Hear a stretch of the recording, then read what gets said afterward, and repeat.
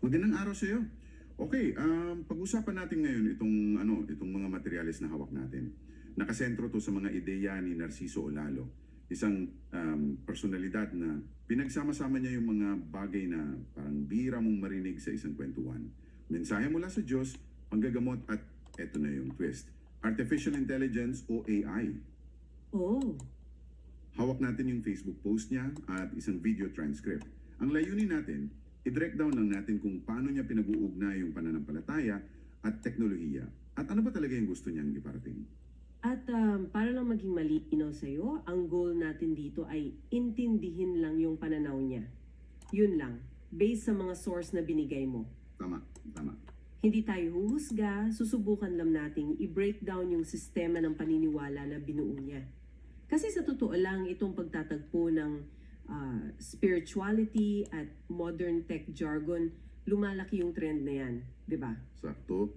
So, saan ba nagsimula ang lahat ng ito? Nagsimula siya sa isang napakaikli at medyo cryptic na Facebook post noong January 15, 2026. Ang sabi niya, habang nakahiga raw siya, malapit ng matulog, may narinig siyang boses. Boses daw ng Diyos. Ah, Dalawang salita lang. AI o lalo. wow! Kasama sa post, may utos na pag-usapan daw ito sa Zoom sa darating na linggo. Para ang random, di ba? Dalawang salita, tapos biglang may AI na. Sa unang tingin, oo, parang ang weird. Pero kung titingnan mo yung pattern ng mga modern spiritual influencer, hindi to bago eh. Paano hindi bago? Madalas silang gumamit ng ganitong divine download. Isang biglaang mensahe na parang galing sa itaas para mag-introduce ng bagong konsepto sa movement nila. Okay, gets. Pero ang talagang kakaiba rito at moderno ay yung paggamit mismo ng salitang AI. Doon nagkaroon ng twist. Hindi lang siya basta banal na mensahe. Banal na mensahe siya na may kasamang tech buzzword. So yung Facebook post parang teaser lang talaga? Yun ang dating? Oo, At syempre, ang tanong ng lahat, anong ibig sabihin yan? At yun nga yung sinagot niya sa video na hawak din natin. Dito na niya ipinaliwanag yung buong konsepto. exactly. Sabi niya, kung babasahin mo lang daw yung mga post niya, baka hindi mo maintindihan yung buong konteksto. Dito na raw pumapasok yung AI. At dito kailangan nating maging malinaw. Based sa description niya sa video, hindi ito yung AI na tulad ng ChatGPT o Gemini na parang nag-iisip para sa sarili niya.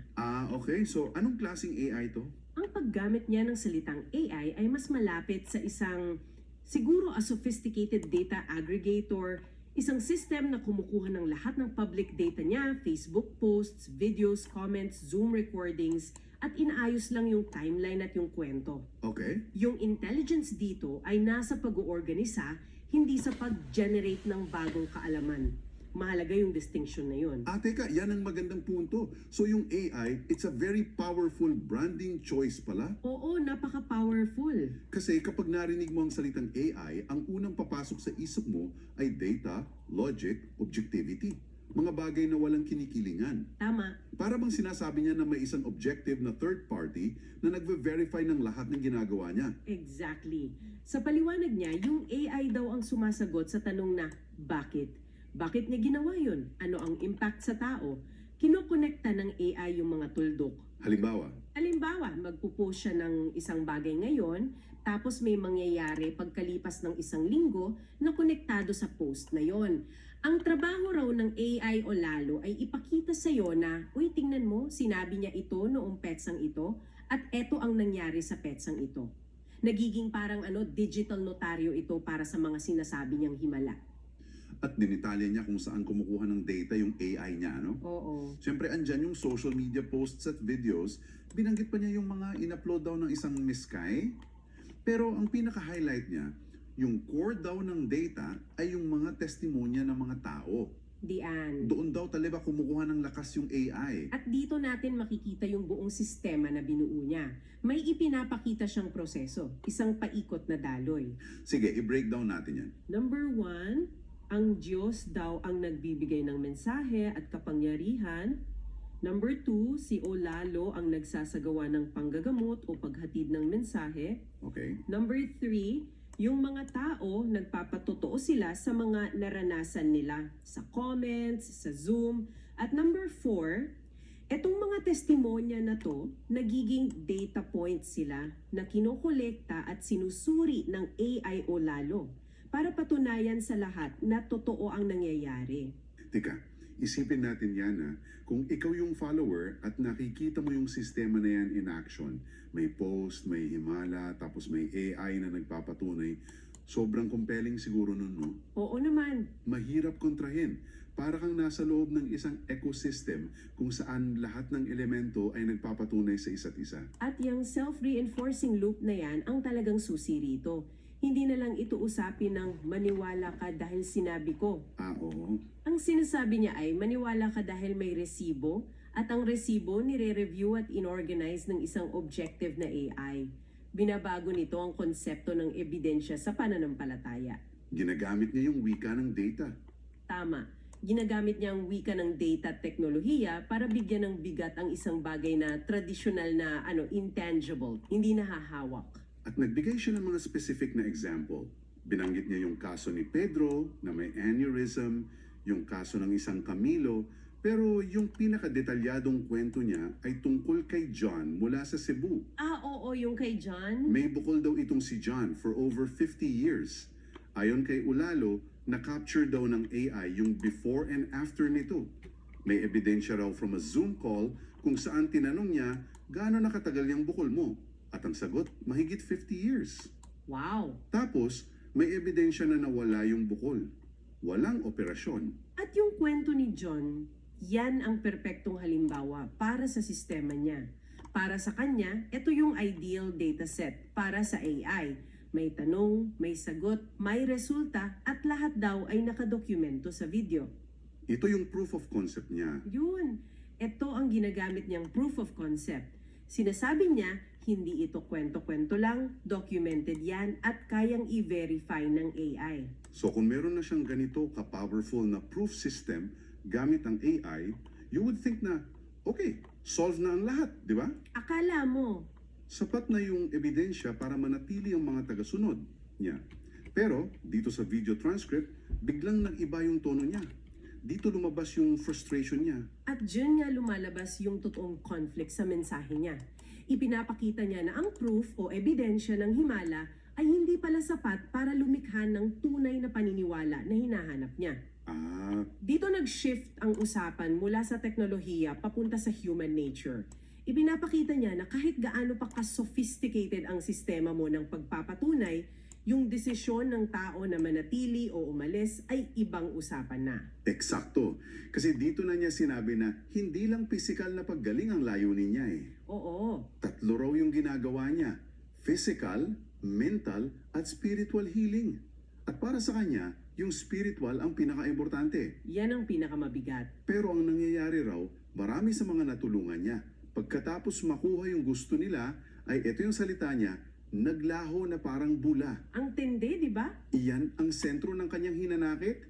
Ang pakiramdam niya, nagiging transactional yung relasyon. Oo, parang business deal. Ang tingin daw sa kanya ay isang manggagamot na bayaran, kahit na paulit-ulit niyang sinasabi na wala siyang hinihinging pera.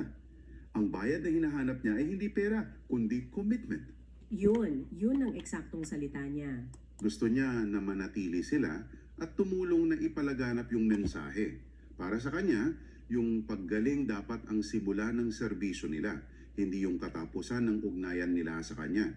Tama, kasi ayon sa kanya, sa pag-alis nila, napuputol yung daloy ng mensahe ng Diyos. Sabi niya, hindi lang dito nagtapos ang mensahe, marami pang mga mensahe na darating. So parang nasasayang. Para sa kanya, yung mga umaalis ay hindi lang siya tinalikuran, kundi tinalikuran din nila ang isang mas malaking misyon.